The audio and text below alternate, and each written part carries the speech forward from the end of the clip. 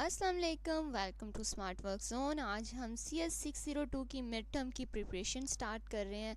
जो फ़ाइल पास पेपर्स की है हमारे पास वो है वकार सिद्धू की। तो सबसे पहले तो इनका थैंक्स कि इन्होंने हमें फ़ाइल प्रोवाइड की जिससे हम मिड टर्म की या फाइनल्स की अपनी प्रिपरेशन करते हैं। तो हमारे पास एक्चुअल में ये जो फ़ाइल है ये अनसॉल्व थी, मैंने इसे सॉल्व किया है। तो हम इसके सारे MCQs जो हैं पहले तो उनके आंसर्स देखेंगे कि कौन सा आंसर है और वो क्यों है। ठीक है, हम उसकी डिटेल भी देखेंगे और उससे रिलेटेड जो भी कॉन्सेप्ट होंगे हम सारे कॉन्सेप्ट यहाँ पे क्लियर करेंगे। तो चलें स्टार्ट करते हैं। फर्स्ट MCQs है हमारे पास। फर्स्ट क्विज कहता है interlacing the horizontal refresh. Horizontal refresh के अंदर एक टर्म यूज़ होती है इंटरलेसिंग और एक नॉन इंटरलेसिंग होती है। तो वो कहता है किसका क्या मतलब है। सबसे पहले तो हमें अगर पता होगा इंटरलेसिंग क्या है तभी हम बता सकते हैं कि हॉरिजॉन्टल इंटरलेसिंग से क्या मुराद है। ये जो हमें चारों नीचे ऑप्शंस दिए हुए हैं ये जो है मीनिंग ही उसके लिखे हुए हैं कि इससे क्या मुराद है, तो वो नीचे 4 ऑप्शन है। तो मैं आपको बताती हूँ इंटरलेसिंग एक्चुअल में क्या है। कि अगर ये हमारे पास एक टीवी की स्क्रीन है, ठीक है, तो आपको पता है कि यहाँ पे हमारे पास जो है पिक्सल्स बने होते हैं, ठीक है ना। यहाँ पे इस तरह पूरी स्क्रीन के अंदर ये लाइंस में हमारे पास पिक्सल्स होते हैं। पहले एक लाइन पिक्सल की, फिर इसी तरह नीचे जो है वो दूसरी लाइन स्टार्ट हो जाती है। तो हमारे पास ये सारे जो हैं ये पिक्सल्स बने होते हैं। अब हमने क्या करना होता है कि हम यहाँ स्टार्टिंग से यहाँ से स्टार्ट करते हैं और एक एक पिक्सल को रीड करते जाते हैं और जिस पिक्सल को जो इंटेंसिटी देनी होती है, यानी कि जिस पिक्सल को जितना ब्राइट करना होता है उसे हम करते जाते हैं। अब जो कॉन्सेप्ट है इंटरलेसिंग का ये हमें क्या कहता है, ये कहता है कि देखिए जब हम सारे पिक्सल्स को लाइन में करेंगे रीड, तो फिर एक लाइन पे करके दूसरी तक जाने में हमें कुछ टाइम लग जाता है, ठीक है। तो वो कहता है कि आपने क्या करना है कि सबसे पहले फर्स्ट वाले पिक्सल को आपने करना है, ठीक है। इसके बाद आपने दूसरे पिक्सल को जो है स्किप कर देना है, फिर उससे नेक्स्ट वाले को करना है रीड, अगले वाले को स्किप कर देना है, फिर उससे नेक्स्ट वाले को करना है। क्या करना है कि आपने पहले सारी स्क्रीन के इवन वाले जो होंगे आपके पिक्सल्स उनको जो उनकी इंटेंसिटी दे देनी है, उसके बाद सारे ओड को दे देनी है। अब इससे क्या होगा, अगर कोई एक पिक्सल जो है, अब देखें जब वो हाफ करेगा तो स्क्रीन जल्दी से रिफ्रेश हो जाएगी, है ना, और फिर दोबारा इनको करने आएगा तो जो है टाइम कम लगेगा। अब अगर कोई एक पिक्सल इसमें से स्किप भी हो जाता है तो वो इतना छोटा पिक्सल होता है कि हमें फील ही नहीं होता, ठीक है। तो इस वजह से हमें पता ही नहीं चलता कि यहाँ से एक पिक्सल स्किप हुआ है और उसकी स्पीड भी जो है तेज़ हो जाती है। तो ये क्या हुआ, अगर आप यहाँ ऑप्शंस में देखें तो ये फूल्स द ह्यूमन आई, मतलब हमारी आंखों को सिर्फ एक धोखा ही दिया जाता है ना। हालांकि वो एक एक पिक्सल छोड़ रहा होता है लेकिन हमें बस फील नहीं होता और इस वजह से जो है वो उसका काम जो है वो फास्ट हो जाता है। तो ये चीज़ बताइए है fools the human eye into thinking the horizontal refresh rate is faster. हमें ये लग रहा होता है कि ये बहुत स्पीड से काम कर रहा है और हालांकि वो जो है एक एक पिक्सल को छोड़ के दोबारा फिर उसे फिल कर रहा होता है। तो ये इसका जो है करेक्ट ऑप्शन है। नेक्स्ट क्वेश्चन है हमारे पास, कहते हैं it is safe to assume that all raster type monitors can accept the same input. कहता है जितने भी रास्टर टाइप मोनीटर्स हैं हमारे पास, क्या हम ये एज्यूम कर सकते हैं कि वो सेम इनपुट को एक्सेप्ट कर लेंगे। ऐसा पॉसिबल नहीं होता। Know all raster type monitors have the same specification और कैपेबिलिटीज़, क्योंकि हर रास्टर टाइप मोनीटर जो है उसकी कैपेबिलिटी सेम नहीं होती, इस वजह से वो सेम इनपुट जो है एक्सेप्ट नहीं कर सकते। तो इसलिए जो आपकी स्टेटमेंट है ये फॉल्स होगी। उसके बाद हमारे पास क्वेश्चन है, कहता है both boundary fill and flood filling algorithm are non recursive techniques. कहता है कि आपके जो बाउंड्री फिल एल्गोरिथम है और फ्लड फिलिंग एल्गोरिथम है ये दोनों नॉन रिकर्सिव हैं या रिकर्सिव हैं। यहाँ पे क्योंकि उसने नॉन रिकर्सिव का कहा हुआ है तो इस हिसाब से हमें ट्रू या फॉल्स बताना है। अब बाउंड्री फिल और फ्लड फिलिंग के एल्गोरिथम्स तो आपको पता ही होंगे, हमारे लेक्चर्स जो हैं वो मौजूद हैं चैनल पर, उसमें बहुत डिटेल से हमने ये एल्गोरिथम जो है वो देखे थे। थोड़े से मैं आपको यहाँ बता देती हूँ। बाउंड्री फिल ये है कि आपको जो इस तरह एक ब्लॉक दे दिया जाए और कहा जाता है कि इसके अंदर आपने फिलिंग करनी है, तो क्या होता है कि हमें जो है वो ये एक पॉइंट दे दिया जाता है, यहाँ से स्टार्ट करो। अगर हमें कहा जाए कि यहाँ से स्टार्ट करो तो हम जो है वो एल्गोरिथम को एक बाउंड्री का कलर दे देते हैं कि जहाँ बाउंड्री का कलर आए वहाँ स्टॉप हो जाओ, बाहर आपने कलर नहीं करना, और एक ये कलर दे देते हैं जो हमने करना होता है, और इस तरह ये जो है हमारी सारी अंदर वाली जगह को फिल कर देता है। इसी तरह फ्लड फिलिंग होता है, वो क्या करता है कि हमने कह दिया कि वाइट जगह पे जो है वो कलर कर दो, तो वो पहले रीड करेगा, जहाँ जहाँ उसे वाइट कलर मिलेगा वहाँ वहाँ वो कलर कर देगा। तो ये दो हमारे पास एल्गोरिथम होते हैं। तो कहते हैं कि क्या ये नॉन रिकर्सिव टेक्निक है। देखिए, जो भी हमारे पास नॉन रिकर्सिव टेक्निक्स होती हैं उनके अंदर हम स्टैक यूज़ करते हैं, और boundary fill or flood filling algorithms जो हैं इनके अंदर हम स्टैक यूज़ नहीं कर रहे होते। तो ये हमारी स्टेटमेंट फॉल्स है, ये दोनों नॉन रिकर्सिव टेक्निक्स नहीं हैं। नेक्स्ट हमारे पास क्वेश्चन है, नेक्स्ट क्वेश्चन है नहीं, नेक्स्ट क्वेश्चन जो है ये लेक्चर 21 का है, क्योंकि अब जो हमारा सिलेबस आता है वो 18 लेक्चर तक मिड टर्म का होता है। तो हम नेक्स्ट जो है 19, 20, 21 और 22 इनको नहीं करेंगे, इसलिए मैंने इनके जितने भी क्वेश्चंस हैं उन पर क्रॉस लगाए हुए हैं। तो ये हमारा मिड टर्म का सिलेबस नहीं है। एक्चुअल में ये मैं इस सब्जेक्ट का पार्ट 1 बना रही हूँ वीडियो का। बाकी पार्ट्स जितने भी मैं बनाऊँगी उनका लिंक आपको डिस्क्रिप्शन में मिल जाएगा। तो अगर आपको वीडियो अच्छी लगे तो आप दूसरे पार्ट्स भी ज़रूर देखिएगा। आई होप कि आपकी हेल्प होगी। नेक्स्ट हमारे पास क्वेश्चन है, कहता है we can not explain relationship between X Y and Z coordinates using the left hand rule. कहता है कि हम लेफ्ट हैंड रूल अगर यूज़ करें तो हम एक्स वाई जी कोऑर्डिनेट्स जो हैं उनके रिलेशनशिप को एक्सप्लेन नहीं कर सकते। ये आपकी स्टेटमेंट फॉल्स है। आपके नोट्स के अंदर लिखा हुआ है कि हम राइट हैंड साइड से भी एक्सप्लेन कर सकते हैं एक्स वाई जी के रिलेशन को, और लेफ़्ट हैंड साइड से भी एक्सप्लेन कर सकते हैं। जिसके लिए देखिए मैंने पेज नंबर मेंशन किया हुआ है, आप चाहें तो खुद भी देख सकते हैं। मैं आपको दिखा देती हूँ, पेज 164 है। अगर आप यहाँ पे चेक करें तो पेज जो है आपके पास 164, ये देखें यहाँ पर दोनों रूल्स तो हैं, लेफ़्ट हैंड साइड भी और राइट हैंड साइड भी शो करवाया हुआ है। और यहाँ अगर आप नीचे आएँ तो यहाँ लेफ्ट हैंड साइड रूल है, और यहाँ ये लिखा हुआ है कि left hand side rule Cartesian coordinates describe the relationship of X Y Z in following manner. इसका मतलब है कि जो हमारे पास लेफ्ट हैंड रूल है ये एक्स वाई जी के प्लेन्स को डिस्क्राइब करता है। तो ये हमारी स्टेटमेंट फॉल्स है। इसके बाद हमारे पास क्वेश्चन है, a dash is a set of all points X Y that are same distance from directrix and focus not on directrix. कहता है कि वो कौन सी चीज़ है जिसमें एक्स और वाई प्लेन यूज़ होता है और उसकी जो है डायरेक्ट आई एक्स से डिस्टेंस उनका सेम होता है। तो ये हमारे पास पैराबोला की शेप होती है, इस तरह रेगुलर तो नहीं बनी हुई, लेकिन ये इस तरह होती है। हमारे पास दोनों साइड से बिल्कुल इक्वल इसकी जो है वो डिस्टेंस होता है। ये हमारे पास ये जो लाइन है सेंटर में, इसको डायरेक्ट आई एक्स कहा जाता है। तो इसका इधर से भी फासला सेम होता है और इधर से भी सेम होता है। तो इसलिए हमारा जो करेक्ट आंसर है वो पैराबोला होगा।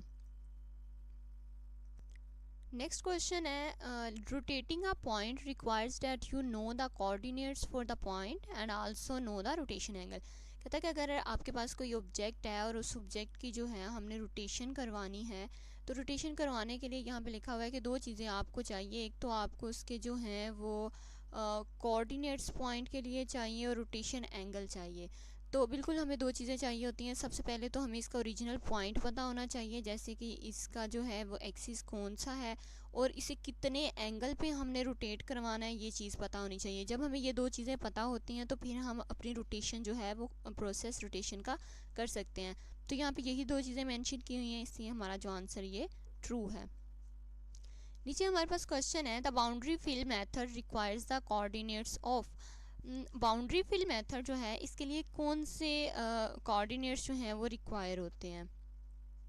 बाउंड्री फिल मैंने आपको एक्सप्लेन किया था। बाउंड्री फिल हमारे पास ऐसा मेथड होता है जिसके अंदर जो है हम एक तो उसे बाउंड्री का कलर देते हैं, ठीक है, तो इसका मतलब है कि उसमें बाउंड्री कलर भी चाहिए होता है। फिर मैंने कहा था कि जो कलर हमने अंदर फिल करना है वो कलर भी हम उसे बताते हैं कि आपने कौन सा कलर फिल करना है। और एक मैंने आपको बताया था कि हम अंदर से स्टार्टिंग पॉइंट देते हैं कि यहाँ से स्टार्ट करो और फिल करना शुरू करो, तो हम उसे स्टार्टिंग पॉइंट, यानी कि तीनों चीज़ें उसमें होती हैं। तो ऑल ऑफ द गिवन इसका आंसर होगा। क्या होता है कि हम अंदर से एक पॉइंट दे देते हैं, ये इनर पॉइंट है, यहाँ से कलरिंग करना स्टार्ट करो। वो इस तरह अपने साइड नेबर्स को जो है पिक्सल्स को कलर देता रहता है और कलर करता रहता है तब तक जब तक उसे बाउंड्री नहीं मिल जाती। जहाँ उसे बाउंड्री का कलर मिलता है वहाँ वो स्टॉप हो जाता है और बाकी साइड्स पे करता रहता है। उसके बाद हमारे पास क्वेश्चन है, both boundary filling and flood filling algorithms are dash than scan line filling algorithm. कहता है कि जो बाउंड्री फिल एल्गोरिथम है और फ्लड फिलिंग एल्गोरिथम है, ये दोनों स्कैन लाइन फिलिंग एल्गोरिथम के लिहाज से क्या हैं, बेटर हैं, वर्स हैं, ऑलमोस्ट सेम है, क्या चीज़ है। एक्चुअल में जो हमारे पास बाउंड्री फिल और फ्लड फिलिंग एल्गोरिथम्स होते हैं, इसमें मैंने आपको बताया था कि अगर हम इन्हें एक पॉइंट प्रोवाइड कर देते हैं तो ये अपने नेबर्स को वो कलर प्लेस करते रहते हैं और इस तरह इनकी फिलिंग जो है वो जल्दी हो जाती है। लेकिन स्कैन लाइन के अंदर हमें हर लाइन को एक एक करके स्कैन करना पड़ता है, तो इसलिए जो है बाउंड्री फिलिंग में हम जल्दी फिलिंग कर लेते हैं, इसलिए ये हमारे पास बेटर है।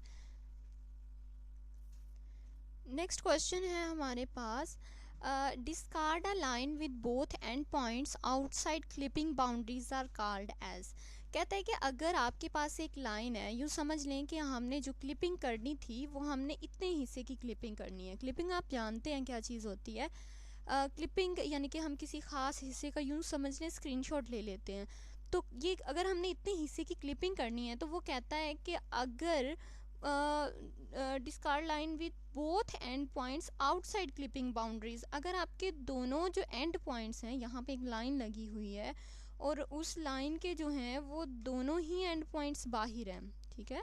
आप क्या करते हैं कि आप पता लगाते हैं, सबसे पहले आप लाइन का एक एंड पॉइंट देखते हैं वो बाहर है, दूसरा एंड पॉइंट देखते हैं वो बाहर है। इसका मतलब है कि ये पूरी लाइन जो है ये आपके क्लिपिंग वाले एरिया से बाहर है, इसे आपने रिप्रेजेंट नहीं करवाना, इसको हम डिस्कार्ड कर देंगे। तो ये जब दोनों एंड हमें बाहर मिलते हैं और हम उस लाइन को डिस्कार्ड कर देते हैं, उसको ट्रिवियल रिजेक्ट कहा जाता है। और अगर लाइन इसके अंदर हो और हमें दोनों पॉइंट्स जो हैं स्टार्टिंग और एंड पॉइंट दोनों रेक्टेंगल के क्लिपिंग वाले एरिया के अंदर मिल रहे हों तो फिर हम उसे ट्रिवियल एक्सेप्ट कहते हैं, ठीक है। ये 2 पॉइंट्स हैं, मैंने दोनों आपको यहाँ क्लियर कर दिए हैं। इसके बाद हमारे पास क्वेश्चन है, because clipping against one edge is independent of all other so it is impossible to arrange the clipping stages in a pipeline. यहाँ वो कह रहा है कि क्योंकि जो क्लिपिंग है हमारे पास वो एक एज जो है वो इंडिपेंडेंट होता है बाकियों के लिहाज से, तो इसलिए हम क्लिपिंग को पाइपलाइन की स्टेज में जो है वो क्लिपिंग नहीं कर सकते। तो ये आपका आंसर फॉल्स है। अगर आप पेज 153 पे ज़रूर विज़िट कीजिएगा, वहाँ आप देखेंगे कि पाइपलाइन का हमारा एक पूरा टॉपिक है कि पाइपलाइन में हम किस तरह से क्लिपिंग करते हैं। नेक्स्ट हमारे पास क्वेश्चन है, if the polygon are filled line clipping techniques are sufficient to clip it. कहता है कि अगर एक पॉलीगोन है और वो फिल हुआ है, मसलन हम समझ लें कि कोई हमारे पास पॉलीगोन है, यूं ट्रायंगल बना हुआ है, ठीक है, और ये सारा फील्ड है अंदर से, ओके हो गया। अगर ये सारा फील्ड है तो कहता है कि क्या हम लाइन क्लिपिंग टेक्निक के ज़रिए इसकी क्लिपिंग कर सकते हैं। देखिए, जो हमारे पास फील्ड एल्गोरिथम्स होते हैं, मतलब जो हमारे पास फील्ड पॉलीगॉन्स होते हैं, उनकी लाइन क्लिपिंग के ज़रिए जो है वो कटिंग नहीं होती, क्लिपिंग नहीं हो सकती। उसमें क्या प्रॉब्लम होती है कि जब आप क्लिपिंग करते हैं, देखिए आपने यहाँ से जो है वो क्लिपिंग की, तो लाइन क्लिपिंग टेक्निक जो है ये फाइंड नहीं कर पाती कि ये वाला जो हिस्सा है, ये वाला, ये आपके ट्रायंगल के अंदर का हिस्सा है या बाहर का हिस्सा है, ठीक है।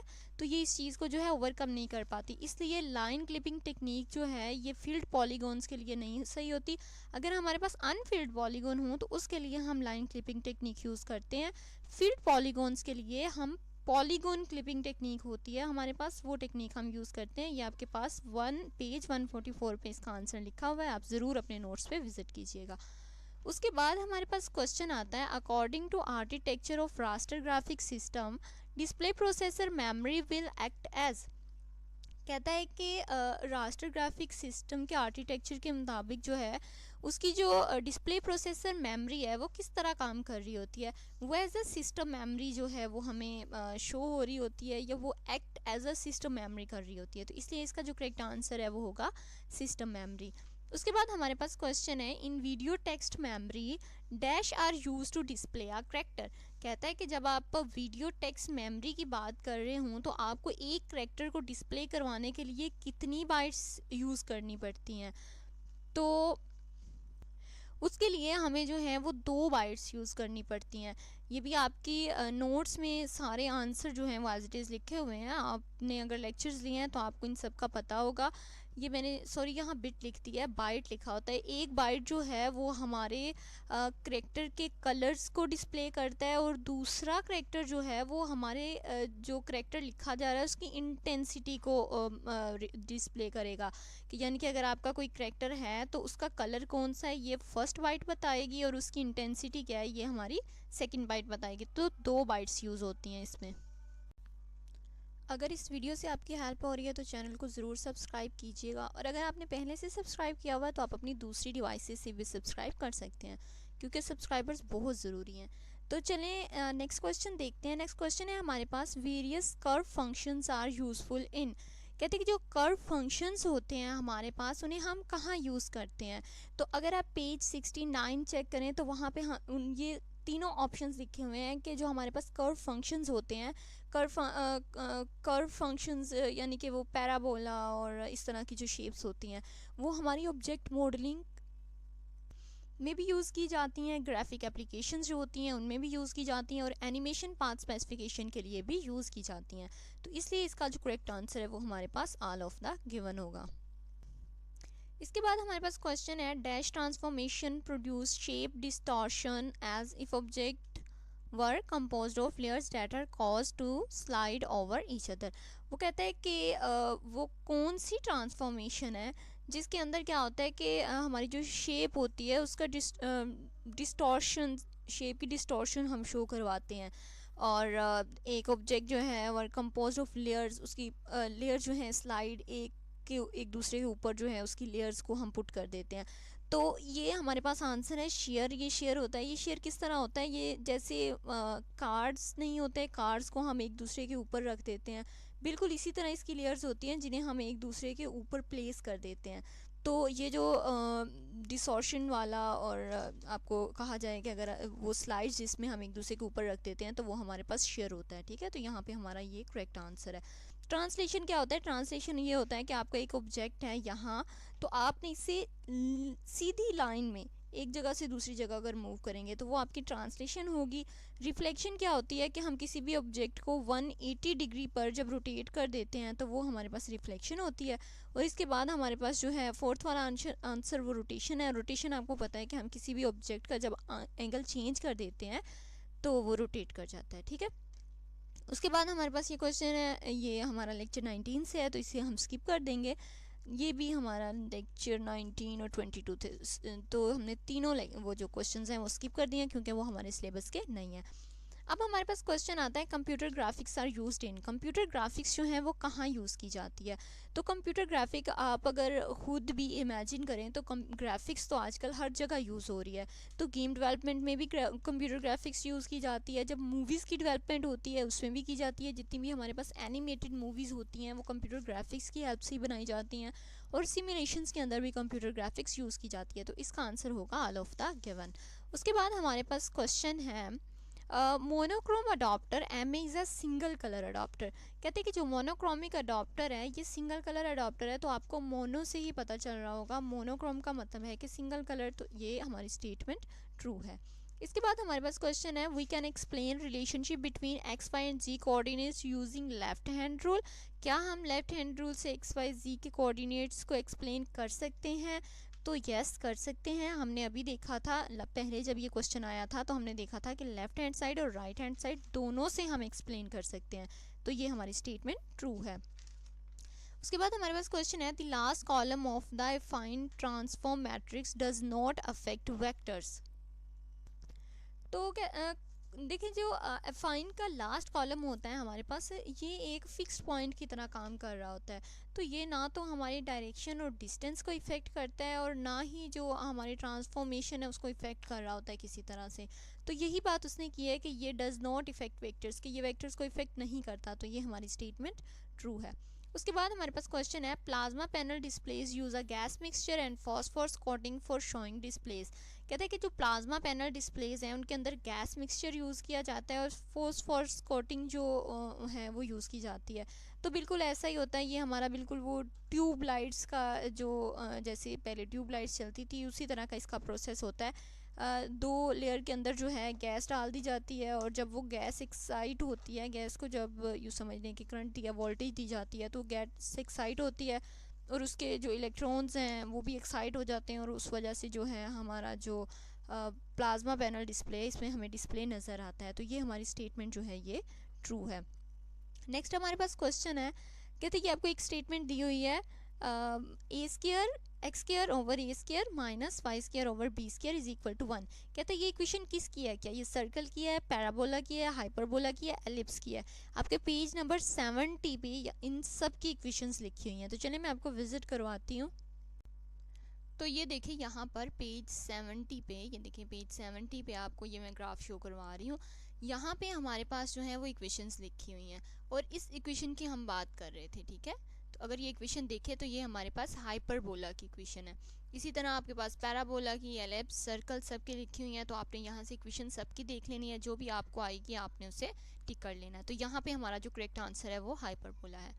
उसके बाद हमारे पास क्वेश्चन है, there are dash basic types of polygon. हमारे पास कितनी तरह के पॉलीगोन्स होते हैं। देखिए हमारे पास जो है वो बेसिक 3 तरह के पॉलीगोन्स होते हैं। एक हमारे पास कन्वेक्स पॉलीगोन्स होते हैं, कॉनकेव पॉलीगोन्स होते हैं और एक कॉम्प्लेक्स पॉलीगोन्स होते हैं।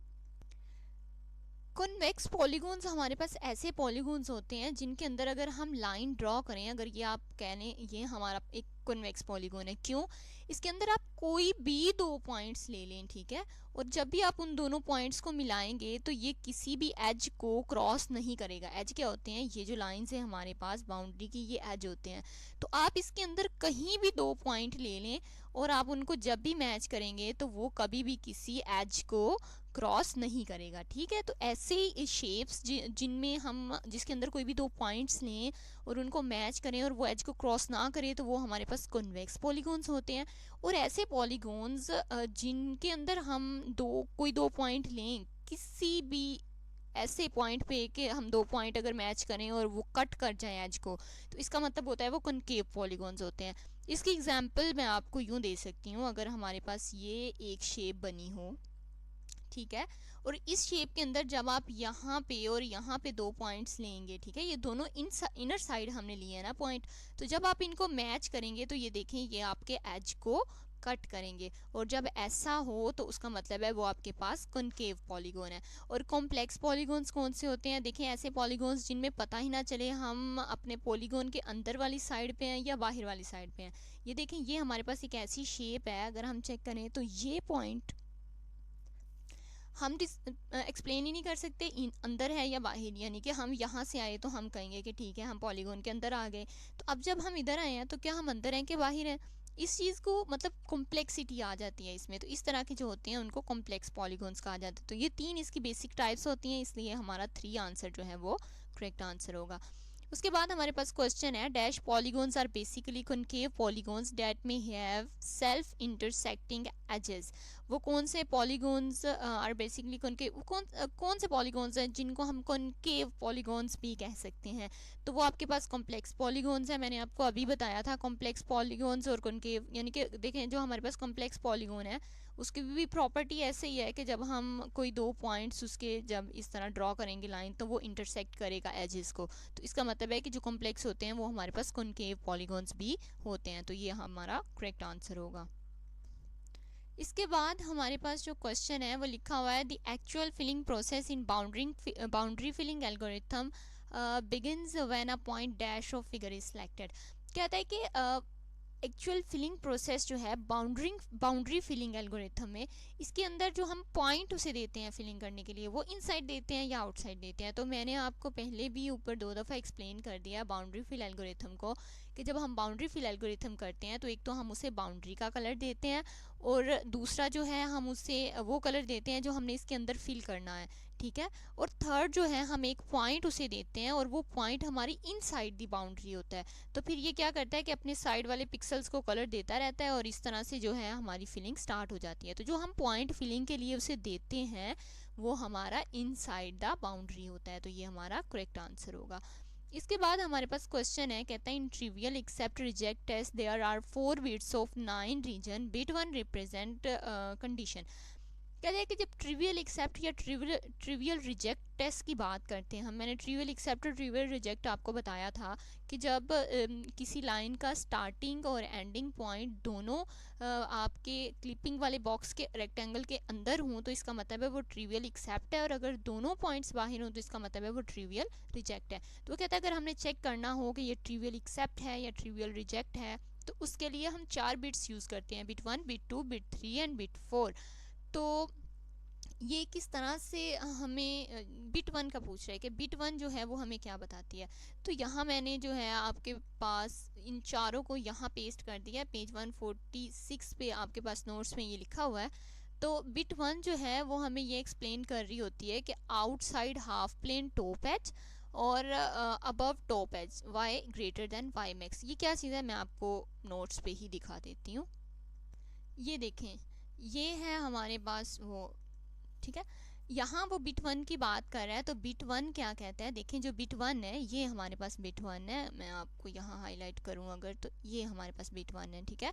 तो वो कहता है कि बिट 1 आपको क्या कह रही होती है कि वो आपको टॉप एज बताती है, ठीक है, half plane of top edge. देखें ये टॉप एज पे सिर्फ ये वाली बिट 1 होगी, यहाँ पे टॉप एज है और यहाँ पे टॉप एज है और ये वाला हमारा टॉप एज है, ठीक है। तो जो टॉप एज वाला बॉक्स है सिर्फ वहाँ पे ये बिट 1 होगी। अगर आप देखें तो बाकी किसी में भी पहली बिट जो है वो 1 नहीं है। इसी तरह जो आपकी बिट 2 है वो क्या कहता है कि बॉटम एज पे 1 होगी। तो अगर आप चेक करेंगे तो आपकी जितनी भी सेकेंड वाली बिट्स हैं वो कहाँ पे आपको 1 नज़र आएंगी, सिर्फ बॉटम पे, बॉटम के अलावा वो कहीं भी आपको 1 नज़र नहीं आएंगी। इस तरह अगर आप बिट 3 की बात करें तो वो कह रहा है कि वो आपको राइट एज पे जो है 1 नज़र आएंगी। तो अगर देखें आप यहाँ पे तो हमारे पास जो है बिट 3 जो है वो सिर्फ राइट एज पे ही 1 शो करेगी। तो इस चीज़ को ये एक्सप्लेन कर रहा है, ये मैंने आपको बता दिया। तो चलिए अब एमसीक्यूज़ की तरफ चलते हैं। तो यहाँ से आपको पता चल गया होगा कि हमारी बिट 1 जो है वो हमें क्या कहती है कि टॉप एज पे आपने जो भी आपका टॉप एज होगा वहाँ पे आपने बिट 1 को 1 कर देना है। तो क्योंकि बिट 1 का उसने पूछा हुआ था तो हमारे पास जो है टॉप एज वाला जो आंसर है ये वाला, ठीक है, जहाँ पे Y greater than Y maximum होता है उसको हम करेक्ट आंसर कंसिडर करेंगे। उसके बाद हमारे पास क्वेश्चन है polygon consisting of dash can cause problems when rendering. कहते किसी पॉलीगॉन के अंदर रेंडरिंग की प्रॉब्लम्स कब आती हैं, जब वो हमारे पास नॉन कोप्लेनर वर्टेक्स होते हैं, ठीक है। ये आपका सिंपल सा आंसर है, इसकी डिटेल की ज़रूरत नहीं है। उसके बाद हमारे पास क्वेश्चन है the homogeneous coordinates of 3D translation can be expressed as. जो हमारे पास 3D ट्रांसलेशन होती है उसको हम किस तरह से एक्सप्रेस करते हैं, तो उसका ये हमारे पास एग्जैक्ट फॉर्मूला लिखा हुआ है, या आपने एज इट इज़ फॉर्मूला ही याद करना है। इसमें मैं आपको एक चीज़ दिखा देती हूँ, यहाँ पे देखिए उन्होंने जो है ये फॉर्मूला यहाँ पे भी सेम लिखा हुआ है, लेकिन यहाँ पे टी एक्स और टी एक्स शो किए हुए हैं। लेकिन आप जानते हैं कि 3D के अंदर हमारे पास 3 प्लेन्स होते हैं, एक्स प्लेन, वाई प्लेन और यूँ समझ लें कि जो कोऑर्डिनेट्स होते हैं एक्स कोऑर्डिनेट, वाई और जी होते हैं। तो यहाँ पे हमें इन तीनों को डिस्क्राइब करना है, ठीक है। तो ये टी के बाद आपके पास टी के अंदर टी एक्स, टी वाई और टी जी आएगा और फिर आप उसे पी से मल्टीप्लाई करेंगे। इसके बाद हमारे पास जो नेक्स्ट क्वेश्चन है वो है dash is the tendency of the text to flash as it move up और डाउन। कहता है अगर आपका टेक्स्ट एक स्क्रीन पे लिखा हुआ है और आपको वो ऊपर नीचे हिलता हुआ नज़र आ रहा है, अक्सर ऐसा होता है मोस्टली ये जो हमारे पास वो कैथोड रे ट्यूब्स वाले टीवी जिन्हें हम कहते हैं उनके अंदर जो है ऐसा होता है, लेकिन बाज़ औक़ात ऐसा हो जाता है हमारे पास, ठीक है, कि वो हमें जो वर्ड है वो लाइंस ऊपर नीचे होती नज़र आ रही होती हैं, तो उसको हम फ्लिकरिंग कहते हैं, ठीक है। आपको आपका जो एक वर्ड है वो इस तरह घूमता हुआ या ऊपर से नीचे जाता हुआ नज़र आता है, तो उसको हम फ्लिकरिंग कहते हैं। यहाँ पे आपको एक ऑप्शन दिया हुआ है स्नो का, और आपके जो नोट्स हैं वहाँ पे फ्लिकरिंग और स्नो दोनों को डिस्क्राइब किया हुआ है। तो स्नो क्या होता है कि आपको ब्राइट डॉट्स नज़र आते हैं। जैसे अगर आप एक स्क्रीन देख रहे हैं तो यहाँ पे आपको बहुत सारे स्क्रीन पे कहीं कहीं जो है वो वाइट कलर के डॉट्स नज़र आ रहे होते हैं, तो उसको हम स्नो का नाम देते हैं। और जब आपका ऐसे वर्ड लिखा हुआ है और वो आपको ऐसे ऊपर नीचे होता नज़र आ रहा है तो उसको हम फ्लिकरिंग कहते हैं। ये दोनों चीज़ें जो हैं वो आपके नोट्स में हैं तो मैंने यहाँ एक्सप्लेन कर दी हैं। उसके बाद हमारे पास ये देखिए वही आ गया dash is the flurry of bright dots that can appear anywhere on the screen. जो स्क्रीन पर कहीं भी हमें फ्लरी ब्राइट डॉट्स नज़र आते हैं तो उसे हम स्नो इफेक्ट कहते हैं। उसके बाद हमारे पास क्वेश्चन है, in video text memory dash are use to display a character, कितनी बाइट्स यूज़ होती हैं करेक्टर के लिए। ये हमारा रिपीट क्वेश्चन है, इसलिए हमने पहले किया था, 2 बाइट्स हम इसके लिए यूज़ करते हैं। उसके बाद हमारे पास क्वेश्चन है, इन डैश एल्गोरिथम, किस एल्गोरिथम में old colour must be read before it is invoked, पहले वाला जो कलर है उसको रीड किया जाता है। तो मैंने आपको बताया था जब हमने फ्लड फिल और वो दूसरा जो एल्गोरिथम था हमारे पास, उसको मैंने आपको डिस्क्राइब किया था। तो मैंने आपको बताया था कि फ्लड फिल ऐसा एल्गोरिथम होता है जो नीचे से, ये मैंने आपको वाइट कलर से बताया था कि अगर हम उसे कहें कि वाइट कलर पे कलर कर दो तो वो सिर्फ इसके वाइट हिस्से को ही कलर करेगा, ठीक है। हालांकि ये पूरा रेक्टेंगल में तो हमारा ये ब्लू भी आ रहा है फिर वाइट आ रहा है, लेकिन वो सिर्फ वाइट को करेगा। क्यों? क्योंकि ये पहले वाले कलर जो नीचे कलर होता है उसको रीड करता है, और जो कलर उसे बताया होता है उसको रीड करता है। अगर वो हो तो फिर वहाँ पे अपना कलर कर देता है, वरना नहीं करता, ठीक है। तो फ्लड फिल ऐसा एल्गोरिथम है जो ओल्ड कलर को रीड करके फिर उसकी जगह अपना कलर करता है। ये एक्चुअल में फ्लड फिल एल्गोरिथम है, ये ज़्यादातर यूज़ किया जाता है जब आपने कलर रिप्लेस करना हो। जैसे आपकी ये पूरी लाइन अगर ब्लू कलर की आपको नज़र आ रही है, ये जो हमारे पास बनी हुई है, तो इसके अंदर फिलिंग ब्लू है, तो आप चाहते हैं कि ये ब्लू फिलिंग जो है ये रेड हो जाए, तो आप क्या है, फ्लड फिल एल्गोरिथम यूज़ करेंगे। उससे कहेंगे कि जितना भी ब्लू वाला एरिया है उसको रेड कर दें, तो वो यहाँ पे आपको ब्लू वाला एरिया रेड कर देगा। मेरे ख्याल में वीडियो काफ़ी लेंथी हो गई है, तो हम ऐसा करते हैं कि बाकी जो मैं आपको डिस्क्रिप्शन सेकंड वीडियो में दे दूँगी, उसका लिंक आपको डिस्क्रिप्शन में मिल जाएगा, तो आप जो है दूसरी वीडियो देख लीजिएगा। अभी तक के लिए अल्लाह हाफिज़।